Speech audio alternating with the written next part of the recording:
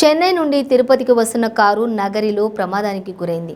కారులో కాలిన వాసన రావడంతో గమనించిన ప్రయాణికులు అప్రమత్తమై ఒక్కసారిగా కారుని ఆపి కారులో నుంచి దిగేశారు. ఒక్కసారిగా మంటలు చెలరేగాయి. ఫైర్ సిబ్బంది వచ్చేసరికి కారు పూర్తిగా కాలిపోయింది. కారులో ఉన్న ప్రయాణికులకు ఎటువంటి ప్రమాదం జరగలేదు.